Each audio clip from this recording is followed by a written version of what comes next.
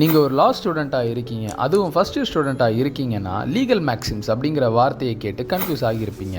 Legal maxims சட்ட கோட்பாடுகள் அப்படின்னா என்னன்னு பார்ப்போம் வாங்க. பல நூற்றாண்டுகளுக்கு முன்பு இன்று போல சட்ட நூல்கள் அல்லாத, நீதிமன்றங்கள் இல்லாத காலத்தில் மனிதர்கள் சமூகத்தில் ஒழுங்கையும் நீதியையும் ஏற்படுத்த முயன்று அந்த முயற்சியில் உருவான சுருக்கமான சட்ட கொள்கைகள் தான் லீகல் மேக்ஸிம்ஸ்.